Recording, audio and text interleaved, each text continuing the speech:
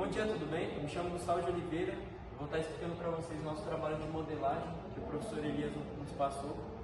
Now the world don't move to the beat of just one drum.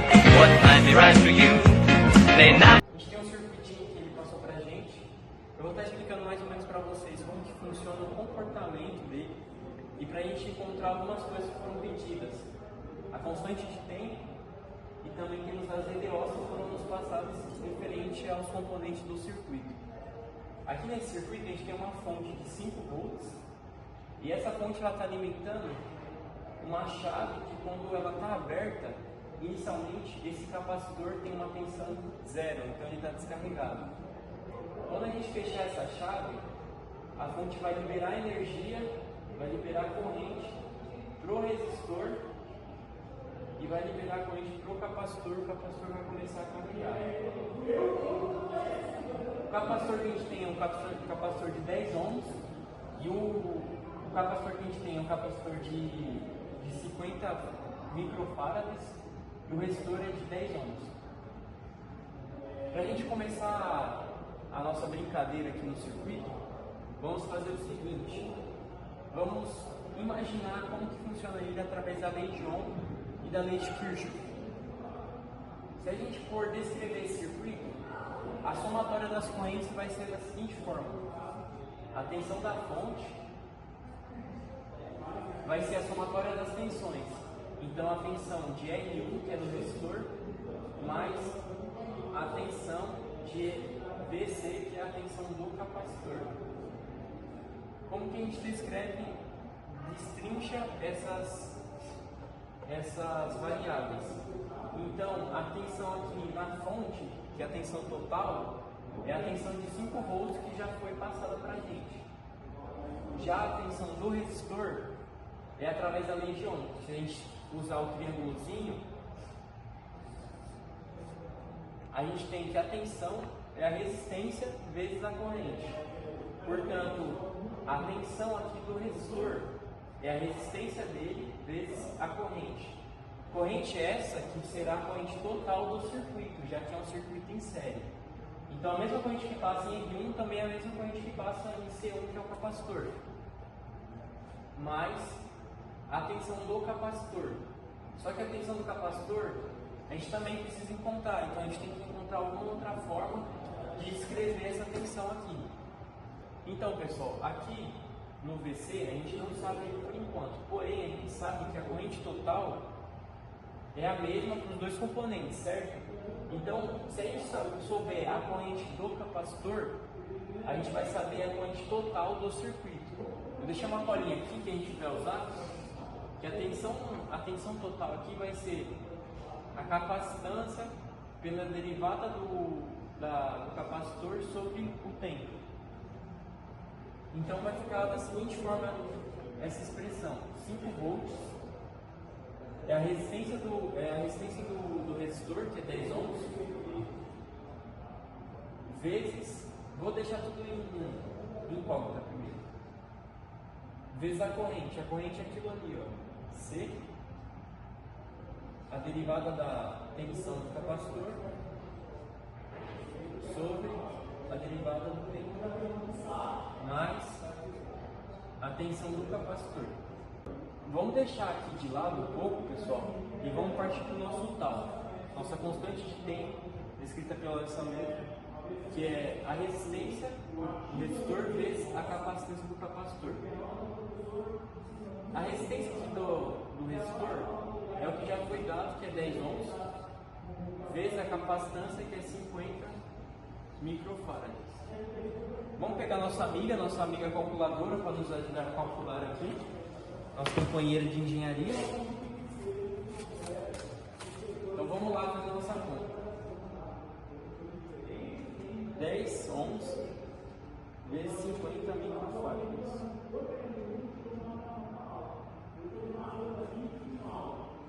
O nosso tal, a nossa constante de tempo vai ser 500 microsegundos. Essa é a nossa constante de tempo que vai nos ajudar a descrever esse circuito. Eu anotei uma colinha aqui para a gente resolver a tensão do capacitor. num circuito RC7 vai ficar da seguinte forma: a tensão do capacitor, que depende da constante de tempo, da variação do tempo, vai ser a tensão, que nesse caso é 5, é a tensão da fonte, vezes 1 menos E elevado a 1 sobre tal. 1 sobre tal vai dar 1 dividido por esse valor, a gente faz na calculadora, vai dar 2000. Essa é a expressão que diz a variação da tensão no tempo. A gente vai descobrir aqui a tensão do resistor, então a gente vai isolar ele aqui. Vai ficar VR, vai ficar a tensão da fonte, que é 5, menos a tensão do capacitor, vai ficar 5, 1 menos E elevado a menos 2000. Então a gente vai distribuir o 5 aqui.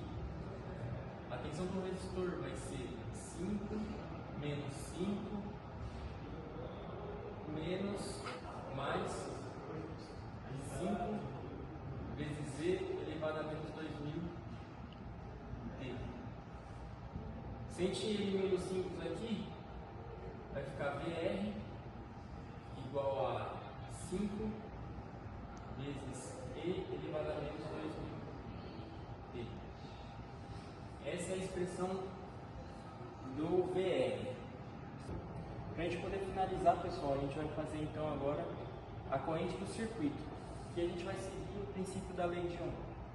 Então a corrente vai ser a tensão dividido pela resistência. A tensão de VR é 5 vezes E elevado a menos 2000 T sobre a resistência do resistor que a gente já tem. Isso aqui vai dar para a gente a corrente do sistema. A corrente do sistema, se a gente divide isso aqui na calculadora, vai dar 0,5 vezes E elevado a menos 2000 T, que vai ser a corrente do sistema. E os gráficos que vão ser gerados por esse sistema vai ser da seguinte forma.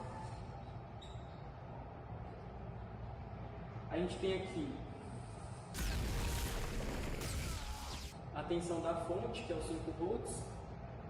A gente tem também aqui a constante de tempo. E a gente tem aqui também